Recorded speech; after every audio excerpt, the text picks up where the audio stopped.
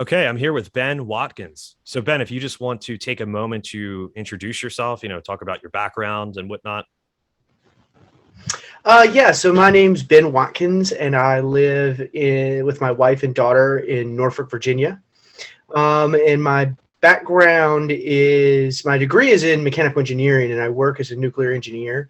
But kind of my side interest is philosophy, particularly philosophy of religion. And I'm one of the hosts of Real Atheology, a Philosophy of Religion podcast, where we explore questions in the philosophy of religion from non-theistic perspectives, in ways that are charitable, one, to theists that we engage with, but also in ways that are accessible for both theists and atheists that are interested in the big questions of the philosophy of religion.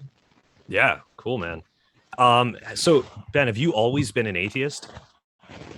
I have not. So I grew up as a theist. So I grew up in South Carolina in a relatively conservative Quaker-like tradition. And so it wasn't until my early 20s that I really began to doubt my faith, as I really started to think about what all it entailed and, how I was going to, continue living my life, and what all that meant as far as relationships and basically, just the form of life that I was going to have the rest of my life. Right. But it was also kind of my window into philosophy. Philosophy of religion was great for that, in that those questions allowed me to touch on so many different areas in philosophy, metaphysics, logic, epistemology, philosophy of mind, ethics. I mean, it just touched on so many different places. Yeah. And so it was just those doubts, obviously led to the end of my faith, but they were also a doorway into something much deeper, which is kind of the philosophical journey that I've been on ever since. Cool, man. Yeah, no, that's totally understandable. So you said, were you a Christian or just a theist? Yes. Oh, you were. Yes, I was a Christian. So it's most similar to a Quaker tradition. Right. So, You did mention that. Yeah. Yeah, a society of friends. And so we didn't have like a church as a house of worship. We went to someone's house to, a meeting. And, but it was pretty much more or less in line with mainstream Protestant traditions.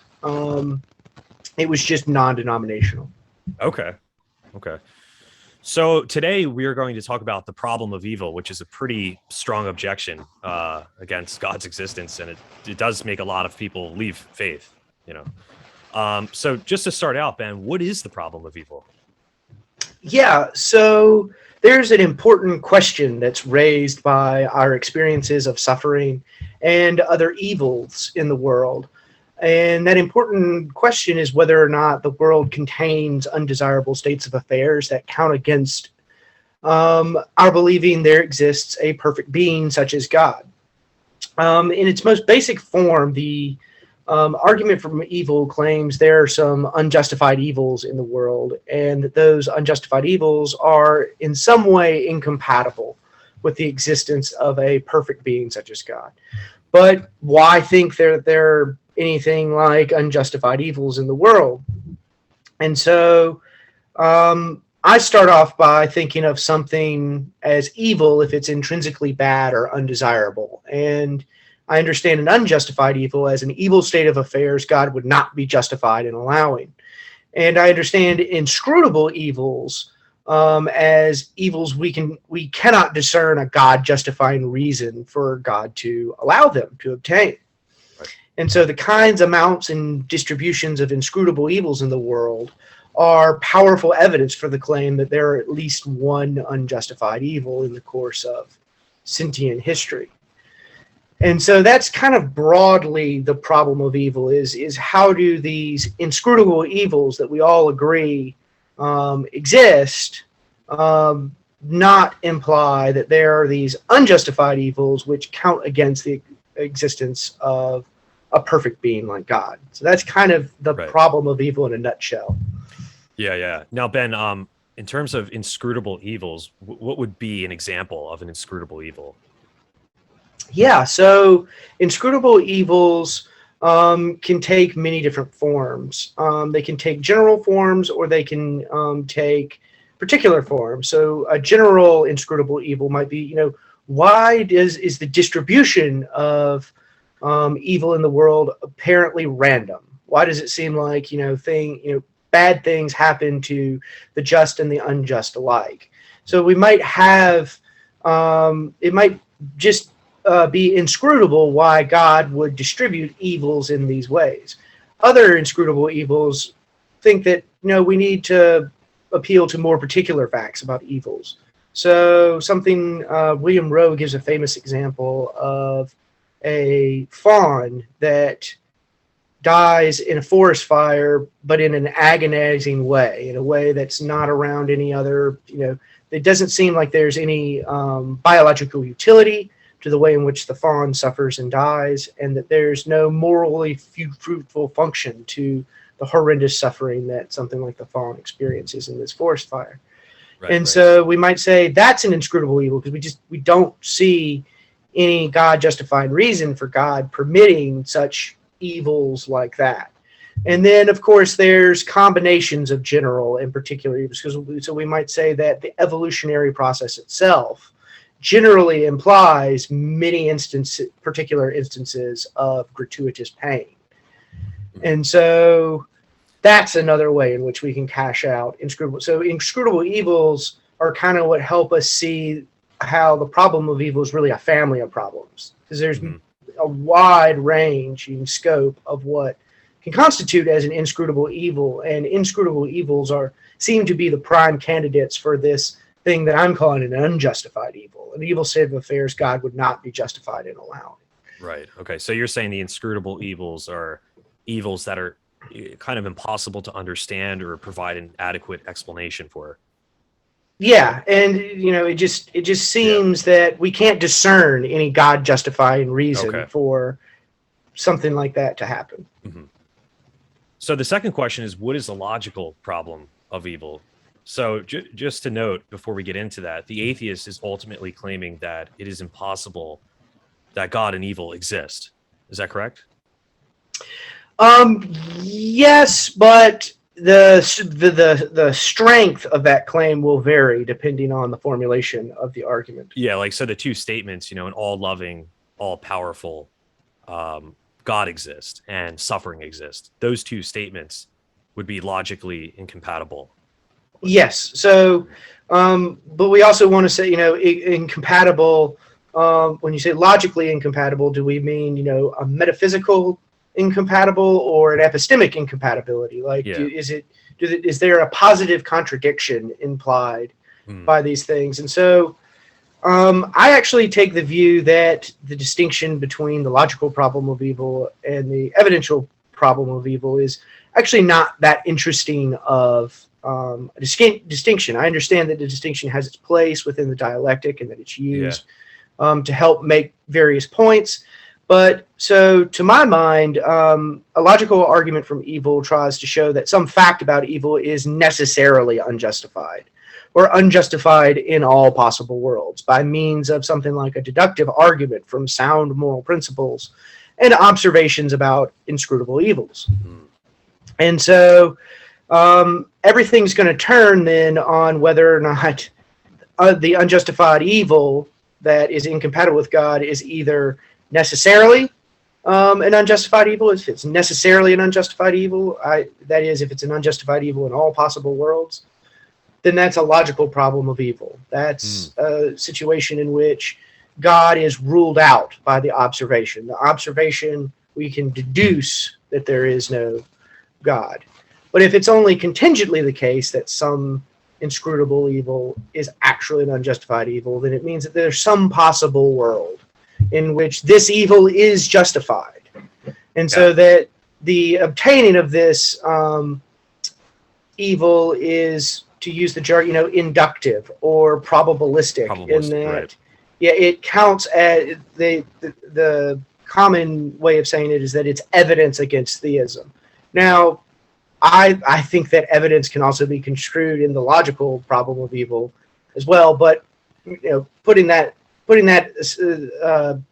semantic point aside, really what it boils down to is whether or not that unjustified evil premise is necessarily true or only contingently true, or if it's necessarily false or contingently false. And so the reason why I don't think that this is an interesting feature of the argument from evil is that it doesn't matter what the answer to that question is. If God, if it's, contingently true that there are unjustified evils, well, then it's contingently true that God probably does not exist. And if it's the case that it's, necessarily the case that some inscrutable evil is an unjustified evil, well, then it's just necessary that there is no God. And so either way, there is no God, depending on which are. And so I think that the reason why the distinction, the different formulations of the argument from evil matter is that there's multiple different ways to cash out an inference in an argument from evil. We can have logical forms that try to deduce the conclusion that God doesn't exist from some observation. But then there's a whole variety of other ways that we can form what's called the evidential problem of evil.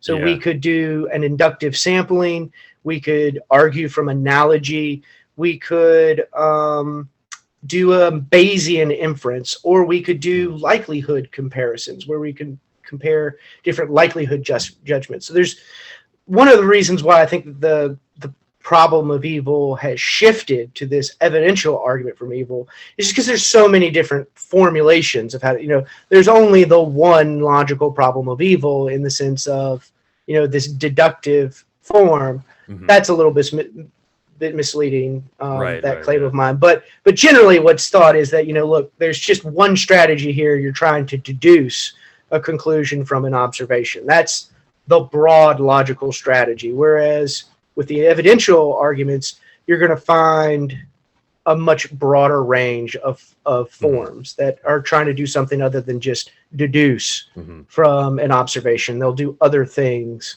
with the probability calculus and that observation. Right.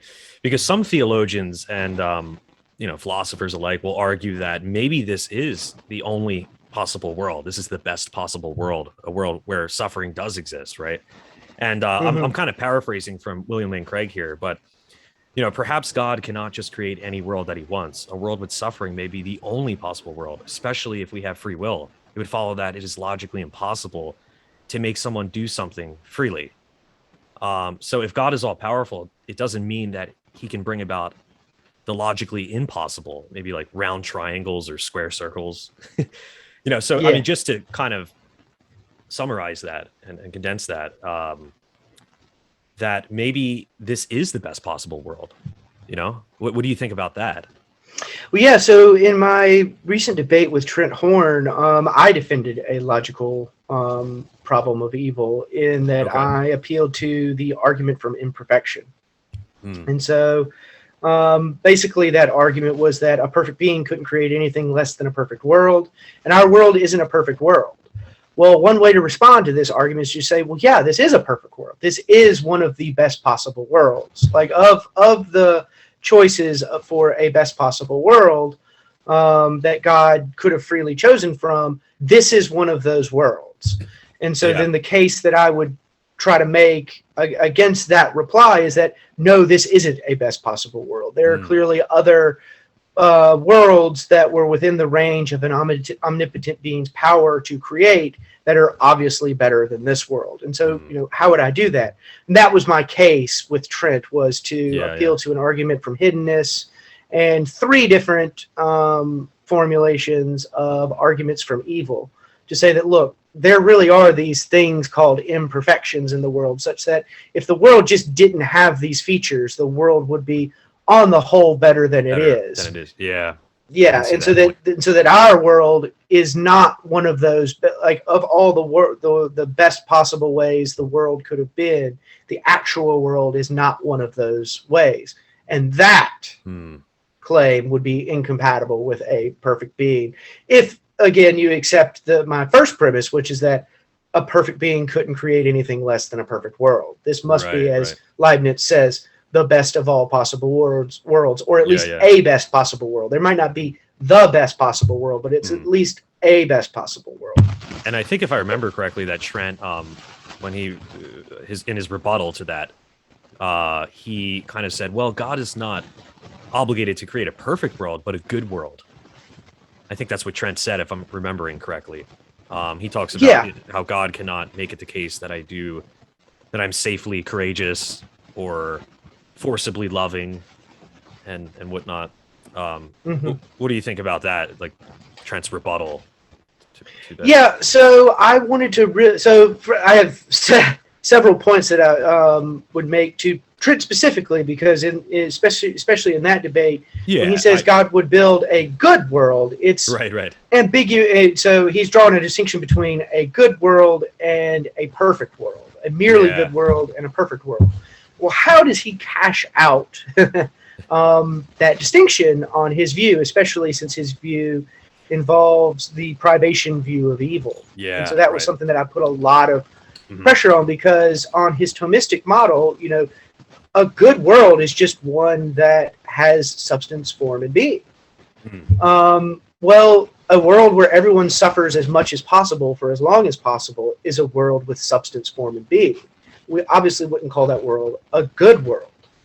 So it's not clear that Trent's claim here is one that even offers a defeater. He might just be saying something trivial. He might just be saying God creates whatever he creates. Yeah. Instead of a perfect world. Right. So when if that's the fact that Trent's claim is stating, well, then there just is no defeat. That point doesn't have much bite to it. But if we try to interpret what he's saying more charitably, and saying that look, God doesn't have an obligation to build a best possible world. He just has an obligation to build a world that is in some way good enough. Good enough, right. And so then I would have to resist the force of that objection. I would have to say something, well, no, this really, this world really is worse in a way that if it had other features in it, it would be on the whole better. Right, and right. Press that case press that case harder by appealing to more and more particular examples that I think better support something like a hypothesis of universal indifference rather than an intentional being that cares about our well-being and salvation and the beliefs we have, the theistic hypothesis. Right. So question 3, we touched on this a little bit, but maybe you could, unpack it a bit more. What is the evidential problem of evil? And just real quick before we go into that, I often, I do believe we have to be careful when we anthropomorphize God's knowledge, right? If God exists, down to human knowledge. I mean, there is this epistemological distance there if God does exist, right? So I think this stands for the logic problem of evil and the evidential problem of evil, that we're ultimately speaking about God analogically when we're talking about him. You know what I mean? Yeah. So especially in the what's known as the classical theist tradition. Yeah. So there's this very big resistance in that tradition to anthropomorphize God in the way that they perceive non-classical theist traditions as doing, or what's called theistic personalists. Yeah. The idea that God, when we predicate personal traits to God, we're only predicating them in an analogous sense. We're not predicating them in a univocal sense, nor an equivocal sense. And so the univocal sense would be one that would, that's just like us. And the equivocal sense would be one that was, it's just a metaphor. So when we say, that God cares about us, he cares about us not in the same way that we care about each other. Yeah. But nor does he care about us in a merely metaphorical sense. He cares about us in an analogous sense. There's a predicate, the predication God caring about us. That caring predicate is only analogous to how we care about each other. Right. And so I think that's a really big, important, feature of different models of God, that atheists often overlook in discussion, or don't appreciate, just don't even take the time to try to appreciate. But there's a very, very serious tradition here of scholars that's existed for hundreds of years that has tried to make this model work, and has tried to polish over and smooth out the issues that it has. And there's real places for us to engage with these models. And so one of those places is within what are known as evidential problems of evil. And so to come back to your question of, well, what is the evidential problem of evil? Well, the evidential problem of evil really looks at the probability calculus seriously, in the sense of looking at different observations of evils in the world and trying to understand how the evidential chips fall. Do they fall in favor of atheism, or do they fall in favor of theism? And so evidential arguments from evil say these evidential chips fall in favor of atheism. They just straightforwardly count against God in a probabilistic way, in a way that doesn't rule out theism logically, admits that theism might be true in some possible world, but it says that the probability that it is true in the actual world is low. Yeah, right. So the evidential problem of evil is an inductive argument that it's just probably not the case that God exists. Maybe God could exist on a and there's different ways we can cash out that probabilistic judgment. Yeah, you're absolutely right. Yeah, maybe on like a deistic paradigm. Yeah, God exists, but he's like the deadbeat dad, like Ed Feser says. He's not really.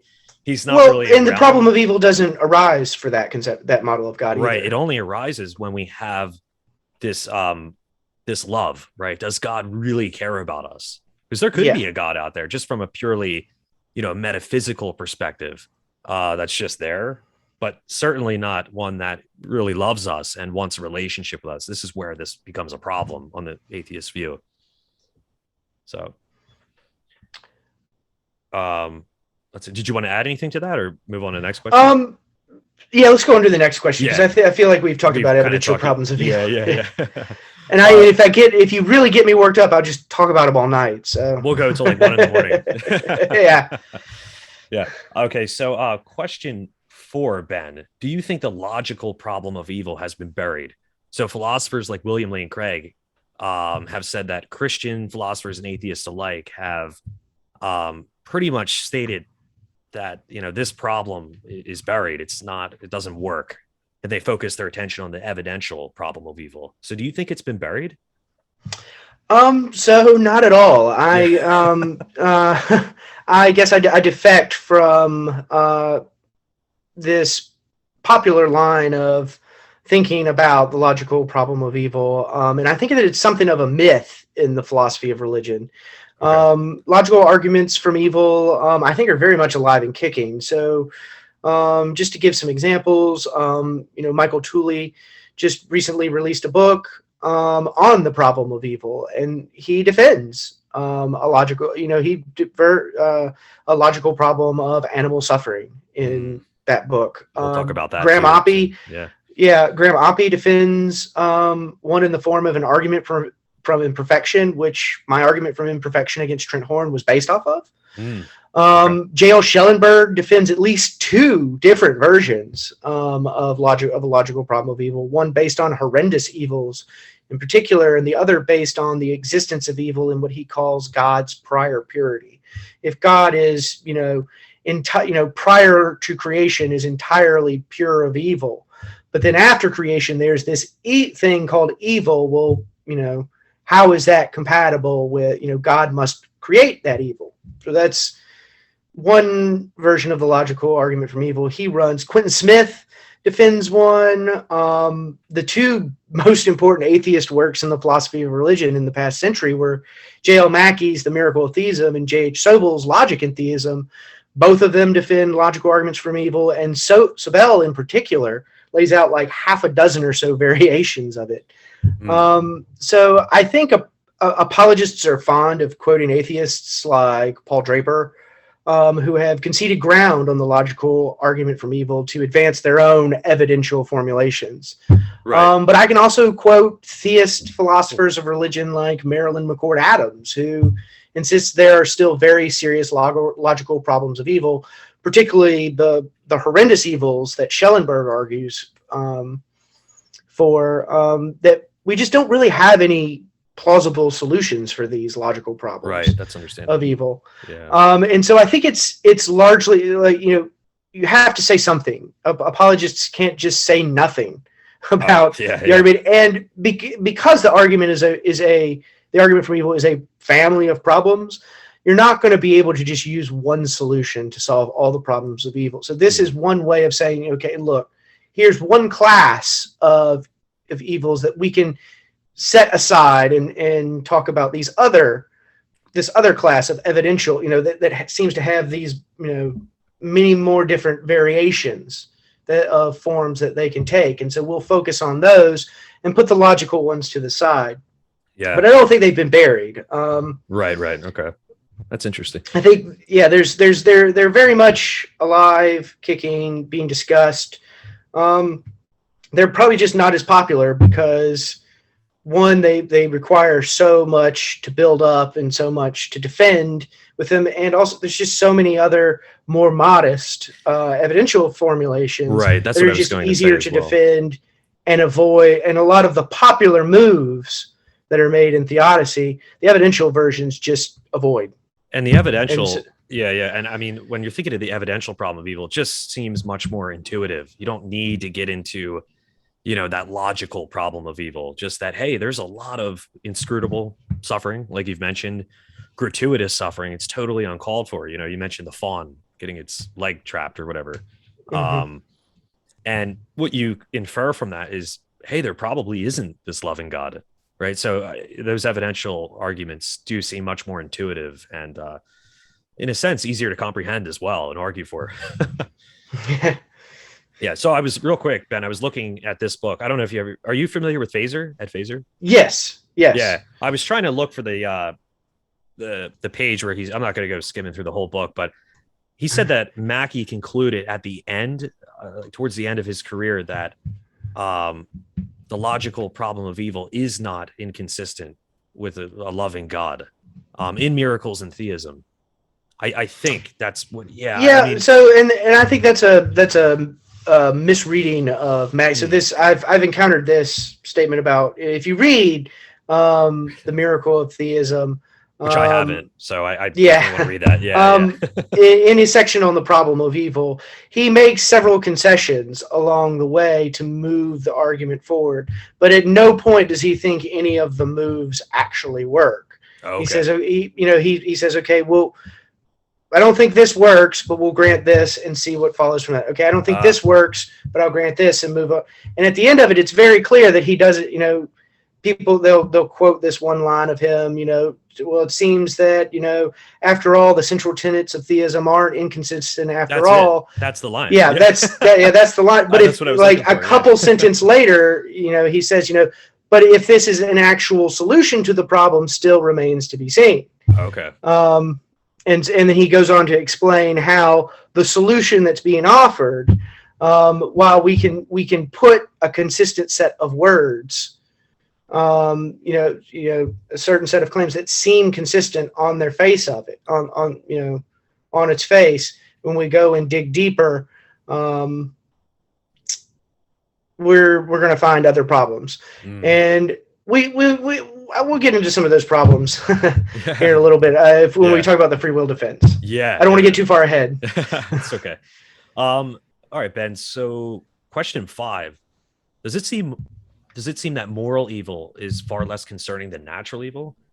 So moral evil, you have 2 agents that, inflict. One of them is the perpetrator, and he or she inflicts pain upon another, maybe murders, right? Steals and whatnot. But whereas natural evil, there is no perpetrator. You have genetic diseases, birth defects, hurricanes, tornadoes, tsunamis, bone cancer to a 5-year-old, right? So do you find that moral evil is less concerning than natural evil? So, I much like the distinction between logical and evidential versions of it. I think that they're just both important. That we just Okay. they're Love both equally concerning, and that we Mm. can't just say that one is so. Um, what I'm trying to say is that what's important is that we don't limit our discussion to only one or the other, Right. because we risk missing a big piece of the problem. So, moral evils probably pose the biggest challenge in the sense that they are the deepest evils in the world. Like you said, there's a victim and a perpetrator. Right. Exactly. And so, we can inflict suffering. Moral evils are where we find things like horrendous evils. And there's something particularly heinous about intentionally acting to harm someone that a hurricane or an earthquake or a virus simply lacks. That's a good point. I never really thought of it in that way. That's a really good point, Ben. Yeah. Yeah. But natural evils are probably the most difficult challenge because the most plausible theodicies like free will and soul building do not give us much in the way of plausible solutions to say the problem of something like animal, take a natural evil, the problem of animal pain. It doesn't seem like we can, we realize that there's this big challenge of moral evil. And so we bring these theodicies, these free will theodicies and soul building theodicies to it, but they just don't really seem like they can be extended to this problem of natural evils. So natural evils, they're a challenge in their own way, in a different way than moral evils pose the trap. Moral evils pose a problem because they're just these really deep, these just really bad evils. But the natural evils are just really hard to explain because we can't appeal to something like free will or that's what I was going to say as well. Yeah, that the soul building. The moral evil may be mitigated in some respects to say, well, that's just a free agent. But natural evil, say bone cancer to a 5-year-old, that feels worse. But I like that point you made, that distinction, that maybe it is moral evil that could be worse. So that's a good point. Psychologically torturing someone, I think, is just much worse than someone. Don't get me wrong; it's really bad when someone gets something like bone cancer and suffer terminal bone cancer. It's very bad. But something about a human inflicting psychological torment on someone just seems worse. Just seems like that. And when we say it's unique moral evil, not natural evil. This isn't like some intentional intent, the accidental byproduct of an intentionless process. This was an intentional act where someone intended to treat someone in a way that they could not rationally consent to being treated. It just seems really bad. Yeah, I do agree. Yeah, that's very interesting, that point. Because like I said, natural evils do seem to get the most attention, that they are much worse. But this moral evil is typically mitigated with that free will defense. I think that's the go-to defense for moral evil. All right, let's see here. Question 6. Some philosophers believe that natural evil is not actually evil. So what are your thoughts on that? And that kind of goes back to what we were discussing, that only moral evil, where there's 2 agents involved, that's evil. But natural evil, that's not really evil. Yeah. So I'll have something, a little bit of a confession of my own here. I have no idea why philosophers believe things like that. They must mean so. I'm not trying to be uncharitable in this. So what I think is that they must mean something different by the term evil than I do. They must be using some other concept of evil than I am. When I claim there are natural evils, I mean that there are intrinsically undesirable states of affairs that are not the result of agency. Kind of how we characterized it earlier. The most obvious example, I think, of a natural evil, though, is pain. So if I have a dogmatic belief, if there's just this dogmatic belief that I have in philosophy that I'm just not letting go, it's that pain is bad. Like if someone wants to tell me that pain is intrinsically something other than bad, I don't know what they mean.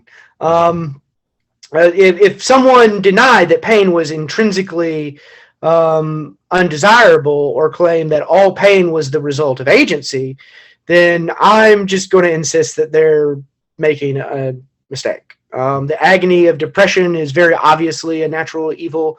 And if an ethical framework implies that depression is not a natural evil, then so much the worse for that ethical framework. Yeah, I mean, I think that's a really good reason to be skeptical of such an ethical framework. Yeah, I mean, you can even think, just Ben, what comes to my mind is like, just say acne, for example. I mean, just the fact why in this world does acne exist? People have this horrendous acne that gives them scarring. But I mean, I know that might sound a little strange, but people don't really think about that. I mean, seems totally gratuitous. Like, how could that contribute to soul building or anything? I mean, there does seem to be a plethora of gratuitous evils that just seems like there's really no explanation. Yeah, and I don't think that denying that evil exists is the route for either side to take here, because atheists can deny the existence of evil as well. They can be more skeptics and just be like, there are no moral properties. There's no being like God, because God would be a morally perfect being, and there just are no beings with such moral properties. You could that's a route. That's a total route you could take here as an atheist. And the theist could take the route of just saying, look, there just is no evil. The privation view of evil tries to do this and say that, look, no, evil just doesn't actually have a positive existence in the world. I don't think that's the right route to take. I think that if, again, this might just be a dogmatic belief on my part. And, but what I was really wrestling with the problem of evil as a theist, just the idea of just denying that pain is bad or denying that there is evil in the world. I was like, okay, that's just not a serious route. We have to, this is a datum. This is a starting point. We have to, yeah. No, that's, I totally understand. I hope I'm being fair to the other side on here. It's just, it's one of those moves I just, and it's going to come down to intuitions. Like, say, if, I don't know what to say to the person that says, nope, pain isn't bad. Pain just is not in itself bad. Pain can be in itself good. And if someone goes that route, there's, yeah, it's interesting how much I can do. I think, let's see right here. Oh, okay. So it's 8. I'm going to ask if suffering is necessary, so we could maybe touch on it a little bit. But before that, question 7, Ben, what is your thoughts on the free will defense? And maybe we could ask, do you think that human beings have free will to begin with? So that question's like a super big rabbit hole question. I love it. That's not a complaint, by the way. That's just an observation. So I'm a compatibilist. I'll lay my cards on the table. I'm a compatibilist about free will. So I believe that. I tend to lean towards that as well. Yeah. I've been poisoned by the compatibilists. That's what I'll say. But so the free will defense in particular, which is what's widely seen as the piece that buries the logical problem of evil, so to speak. I like Alvin Plantinga. He argues for this. Yes, in his free will defense. So I'm not the biggest fan of this. I have much more sympathy with the soul building theodicy. So when I put my theist hat on and I think about the most probable, the most plausible responses to the problem of evil, I'm definitely in the soul building camp. That's interesting.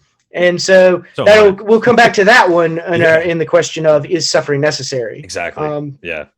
So, but first, let me come back to the free will defense. I don't know what's supposed to be so good about significant freedom. And by significant freedom, I mean the ability to actually choose between good and evil. So God lacks significant freedom, but he's still morally perfect. So why is it worse if we also could not choose evil? If we're made in God's image, why is it better for us to be able to actually choose evil, have this free will to do it? God doesn't have that free will, doesn't count against God. Why would it count against us if we lacked the ability to choose evil too? So that's one, to me, that's kind of always been the glaring, it's, why should we assume this evaluated assumption? But, and again, this is one of Mackey's moves is we'll just grant it. We think there's some problems. We'll grant it. But so we'll put libertarian free will on the table. significant freedom on the table. But then again, so my second point is that there's no contradiction in God creating a world in which everyone freely chooses right. There's no contradiction in me choosing right once, twice, 3 times, 4 times, ad infinite. There's no contradiction in everyone freely choosing right. Not God doesn't determine anything, just he actualizes a world in which everyone freely chooses right. Such world, I would argue, is within an omnipotent being's power to create if we're only putting logical limits on an omnipotent being's power. That makes sense. And it's also the world we were to predict. If we assumed we were made in the image, in God's image, we would predict that we would always freely choose to do right. That's like that. Why should we grant that our intrinsic value follows if we're made in the image of God, but not something like our moral freedom? I don't understand. Why is one moral property carryover but not the other? Third point is that I don't concede libertarian free will because I'm a compatibilist, but we'll put that to the side because I've kind of already conceded that for the sake of argument. The more important point is I mentioned the possibility of everyone freely choosing right. That's a very interesting point. Yeah. Yeah. Well, so how does the free will defense try to rule this out? Well, it says that it might be the case that every possible world suffers from trans-world depravity. So it might be the case that every God-created world suffers from trans-world depravity, which means that someone will always choose wrong. No matter what world God creates, someone will always choose something wrong. And I think that assumption just straightforwardly denies God's omnipotence. So if God's power is only limited by logical necessity, yet what is being offered as an epistemic possibility is that God's creation is trans-world depraved across all possible worlds, that we're saying that there's a logically contingent state of affairs, trans-world depravity, that an omnipotent being would simply have to just put up with in every world he creates. He just couldn't create a world that wasn't trans-world deprived, but there's nothing that logically necessitates that every world God creates is trans-world deprived.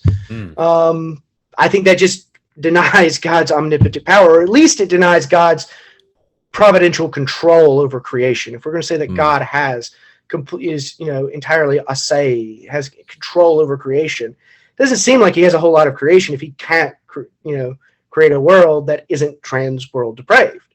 Right. And then obviously the last problem I have with the free will defense is the famous, non-response to natural evils. So, because the idea is that natural evils are the free choices of demons. I was going to say that point. Yeah. And Plantinga, he does argue this in God, Freedom, and Evil, that it's at least a logical possibility that there may be demons that are, orchestrating or the arbiters of natural evil. So yeah, I mean, you are right in a sense. It does seem, in a sense, that we're kind of. It seems like a move of desperation at some points. Like it is difficult to. That argument is really hard to affirm. Say, oh no, this is why. It's just when it comes to natural evil, it does seem there's an inscrutable component to this. So I just don't see it as a very serious response in that. So I'm not saying that it's not a serious response in that it's people aren't seriously putting it forward. Right. It's not a serious response in the sense that I don't think it helps us understand the logical problem of natural evil. Like as a solution, it's not like at best we get it as a defense. But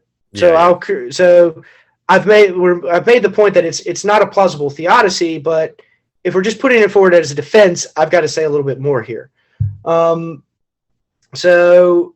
far as I can tell, it's supposed to be obvious from this suggestion that a world with significantly free demons that cause the AIDS virus, that cause the AIDS virus is such a great good that it's on the whole better that a world without it's better than a world without such demons that create the AIDS virus. And I'm just going to say that no, that's not obvious at all. To say that, well, free will is this great good that justifies God allowing heaven all. Well, that's not the case if we're also conceding that God, it would be better for God to create all these demons that go around creating AIDS and COVID viruses and torturing children in the their struggle for survival over limited resources. Right. Mm-hmm. No, I don't think that's I think the move has we've extended this move much further than way too far. Yeah. I would agree. I just don't find that to be a really strong argument at all. It does, which is why I'm in the soul building camp. Yeah, and I am too. I think soul building is particularly strong, but yeah, I mean, resorting to the demons, it just really, it strikes me as I don't know what else to say. I mean, maybe it's logically possible, but yeah, you run into a lot of problems too. And you also could run into a problem about omniscience, that God knows this whole story and, still actualizes it, right? That even the coronavirus right now, are demons doing this? Are they orchestrating this? It's just, it's not a strong defense. That's why I'm in the soul building camp as well. And that's kind of going to go into our next question. Yeah. Unless you had anything else to say. Nope. I think this is a great way to segue into the next question. Man. Yeah. Perfect. So question 8, is some suffering necessary? And what comes to my mind immediately, and of course we're going to talk about this, soul building, things, moral virtues like patience, gratitude, compassion, courage. Courage. This kind of forms us into mature adults and virtuous characters. Without these things, right, how would we really become, virtuous agents? It seems like there is some suffering that's necessary. Yeah. Well, so, and it's also going to depend on what exactly the sense of necessary that we're talking about. Yeah. So, is it a matter of necessity that suffering exists in the world? No, I don't think I'd say that. Because there's nothing incoherent about a world of disembodied souls that never experience suffering. We can conceive of heaven with no suffering in it, and I don't think we want to say that that's an incoherent world. So I think we're going to want to say that is suffering necessary in some other sense. Yeah. So how do I want to say this? So God is conceived as the greatest possible good, but nothing about that fact, if it is a fact, requires that he suffers. So if we're going to realize our greatest possible good, I don't see why something about that fact would require us to suffer. Most theists, I think, will concede that God cannot suffer. But maybe they mean so whether suffering is necessary for achieving greater goods or preventing evils equally bad or worse. And so so I denied the other way in which suffering was necessary, but I would concede this other way to say that, the evil of pain might be necessary for developing a strong character. It might not be intrinsically good, but it's extrinsically good. It's instrumentally good for achieving strong characters. And so it's necessary in that sense. If you want to have these strong characters, this is just so I'll concede that move. I think that move has some plausibility to it in the way that the free will, I just don't think the free will defense or even free will theodicy has this kind of plausibility. So why don't I go the whole way in? Well, because think about God being the greatest possible good, yet soul building is not necessary for his great value. Like, God has the best, strongest character possible, yet he does, suffering was not necessary for God to have that kind of character. And so if we're made in his image, why is soul building required in the first place? Why can't an omnipotent God just have created morally mature persons from the start in his image?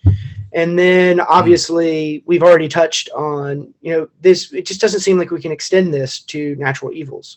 So something like the soul building theodicy, I don't think offers us much in the way of the problem of animal pain or the problem of things, like AIDS or earthquakes or cancer. Right. These are things that are just positively soul destroying. And so that would bring me to the last, there's the problem of horrendous suffering. Some people suffer so bad, they lose themselves entirely, such that they believe that their life is on the whole not worth living, that it would have been better if they had just never existed. Right. And so that kind of that kind of soul destruction in the world just seems to cast a lot of doubt on the soul building feature. It seems that our soul building in the world is kind of just, suffering is this awful feature of our world, and that's the best way we can, that's us making the best of it, making the best of a bad hand in as many instrumental ways as we can. Right. I mean, because some theists will argue that if this life spills over into eternity, we have an eternity of growing, and right now God has created us to grow as virtuous characters and whatnot. But I mean, you are right in a sense. Why could God not have actualized a world where we are, morally mature and there's no need for this growth? We just have a world where, sure, we could still have disagreements in the world, but we wouldn't have this component of horrendous evil within us. Is that kind of what you were getting at? Yeah. Right. Okay, so let's see here. Question 9. We touched on it a little bit, but what are your thoughts on animal suffering? If you could just unpack it a little bit more. Oh, yeah. So again, this is, the soul building and the free will theodicies really start to lose their plausibility when we think about animal suffering. So it doesn't seem like we can plausibly extend the value of significant freedom or of soul building to non-human animals. There are also different observations about animal suffering that pose problems. For example, there's the biological gratuity of pain. So again, we can think about Roe's fawn that's trapped in a forest fire. And the pain it experiences might have biological utility in other scenarios, but it does not have any biological utility nor morally fruitful function for the fawn in Roe's scenario. Another example is the languishing of sentient life. So most non-human animals languish in the struggle for survival rather than flourish. Something like 98% of all species that have ever lived are now extinct, and non-human animals are locked in a savage struggle for survival over limited resources. And this isn't some mere accidental byproduct either. These are straightforward implications of the second law of thermodynamics. There are many more ways to experience pain than pleasure, and there are many more ways to languish than flourish. Biological evolution is the inefficient and inevitably cruel means that God chose to bring about his good and loving act of creation. And I think that's really surprising. So you mentioned earlier, which is a harder problem, the moral evil or natural evil. Well, this is where I think natural evil really gets seen as this really, really big, intractable problem, because it just doesn't seem like there are any really good outs for the theist to handle this problem. So yeah, those are my broad thoughts on animal. But I think it does pose a very unique problem to theism, that their resources of theodicy just aren't well equipped to help us understand in a way that they might help us with something like the big problem that is moral evil. Yeah, and Ben, it's really interesting too, because a lot of people do not really think of the problem of animal suffering. And I even talk with my younger brother Kyle about this a lot, and he says, well, what about the dinosaurs, and what about billions and billions of years of suffering? What was God's plan in this? And he has a point, and so do you. There is a lot of force in asking that question. It does seem gratuitous, just uncalled for. If God is omnipotent, all powerful, why not just actualize a world like that? You know what I mean? Why require these billions of years of suffering to get to the optimal creation being the one that really gets me, dinosaurs obviously being one of them, but the other one is pre-Homo sapiens, like Neanderthals. Like, what was the providential plan there? Like, and why did it involve us eating them? It's like when you think about the thousands and thousands and thousands of years of human prehistory, that led up to what we now call Homo sapiens. What was all that about? That when I found that, like, that was a really big point of struggle for me in my faith, when because not only do you have that problem of evil, but then you also have the problem of widespread religious disagreement in that. Religious pluralism, right? Yeah. That's that is concerning as well. Yeah, there is just this so really those vast disagreement. Those facts of anthropology, really, I remember learning them and just being really struck by them. The kind of the theological problems that those facts raised. I remember them just reading it going, whoa, wow. Right. Yeah. No, totally. Yeah. So question 10 here, this is actually our final question. Do you think the problem of evil is the strongest argument against God's existence? Do you think it outweighs all other arguments? Yeah. So short answer, yes. Yeah.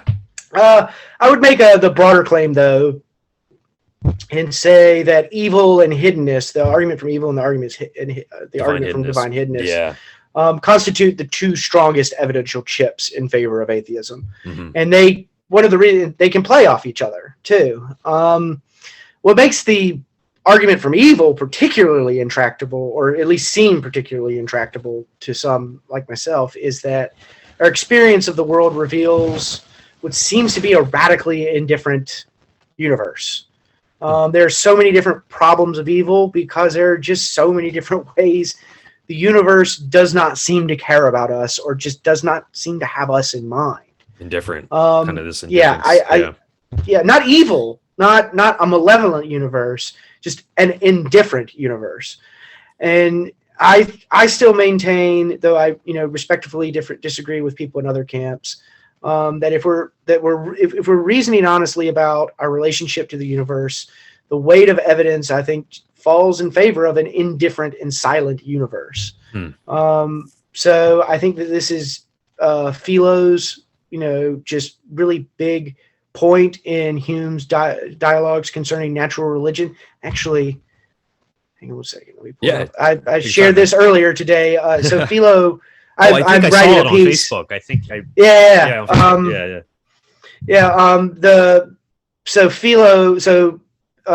Philo is one of the characters in the dialogues concerning natural religion. It's widely believed that Philo is Hume's mouthpiece. Hume is using Philo to speak for himself. And he says, the true conclusion is that the original source of all things is entirely indifferent to all these principles, and has no more regard to good above ill than to heat above cold, or to drought above moisture, or to light above heavy. And I think that this is a really poetic, David Hume's an excellent writer, just a really poetic way of putting kind of the indifference of the universe kind of bluntly, and being like, look, there's all these ways in which the universe is just indifferent to all these things. Why are we thinking that we are any different? Look at he lists like 4 different ways in that go over characterize kind of the kinds, amounts, and distributions of evil in the world. And so he just plainly says, look, we have to come to a conclusion of indifference, of cosmic indifference. Yeah, I just think that's just a really powerful. It's certainly one of those lines of reasoning that eroded my faith, and I'm sure I'm not alone in that. But yes, to answer your question, I think that this is kind of the strongest. Yeah, this is the biggest hurdle. This is the biggest mountain. It is for sure. Yeah, and ultimately, at the end of the day, if there is no God, there is no solution to this problem, right? So, on an atheistic model, atheistic worldview, this suffering really. Well, the atheistic view is a solution to the problem of evil, because it denies gives rise to the problem, God's power and Right. moral perfection. That's true. Yeah. I'm just speaking of, if we're thinking about an afterlife and whatnot, right? It's kind of predicated on an afterlife. If there is an Gotcha. afterlife, then um, maybe you could argue that this could be reconciled and it was somehow worth it. Right? I think But you have to have an afterlife. That's you have generally to. not. I think There's, that's generally not part of theism simpliciter. It's yeah. kind of seen as something as added on. Mhm. I just don't think there's any plausible way out of something like the problem of horrendous evil There's without no way. I an mean, if there, afterlife. yeah, I mean, say a little girl that was tortured for 30 years in a shed somewhere. If there is no afterlife, then you have to have an afterlife. You have to have some kind of reconciliation or some kind of greater good that would override that finite suffering for 30 years for that little girl. But yeah, I think a lot of these arguments ultimately are predicated on an afterlife. Yeah. Yeah, So I think so. I don't know. I don't know how a model has any plausibility without it. yeah, exactly. No, I agree. And before we go, Ben, I just want to say, again, I really appreciate you being here. And I love how you're an atheist who appreciates Mackey, Sobel, Draper, and you mentioned other ones. And you didn't come on. And I looked into you before. I know who you are, but I talk with a lot of atheists and they'll say, well, let me show you Dawkins and Harris said this. I'm like, oh, the new atheists are just wholly inferior to this much more. No, I'm going to stick with Hume. I'm going to stick with Hume and Mackey and Sobel. Graham Oppy's great too. I also like Thomas Nagel. Nagel's an atheist, right? Yeah. Yeah. So Nagel and Parfit have something of a kind of God status to my mind. Nice. I think Thomas Nagel is just one of the most brilliant people that's ever lived. I think he's just incredible. He is. He really is. But yeah, I mean, this was really great for me because I don't know if you've seen any of my YouTube videos and whatnot. I wrote articles on Medium. I mean, I do consider myself a theist, but this problem of evil is really serious and it needs to be taken seriously. I speak to a lot of Christians and theists who really haven't thought about this. They see evil in the world and says, well, God's with me, but they really haven't thought through this problem that, hey, this is a major issue. So it's important that we have people like you, and all other atheists who really challenge theists and say, hey guys, wake up. I mean, this is a problem. Well, I hope I'm also returning the favor because it's certainly very true of my camp that they just don't take cosmological and teleological arguments seriously enough. It's certainly, to my mind, they don't. And I try to push back and be like, there's some very interesting things. Yeah. Again, I said that there's no one argument from evil. The problem of evil is a family of problems.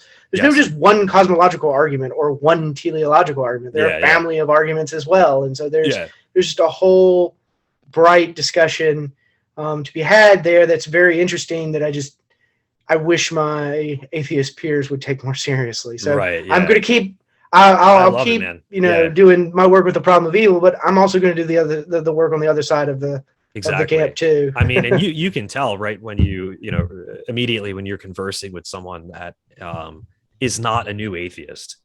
I talk with atheists all the time on the internet, and I could just tell right away that they have not really looked into this robust line of atheist thinkers like we've been talking about. They wear their red flags on their sleeves. Yeah. So we need more of this, though. We need more academic atheists and people who are really serious about this, not just you believe in God?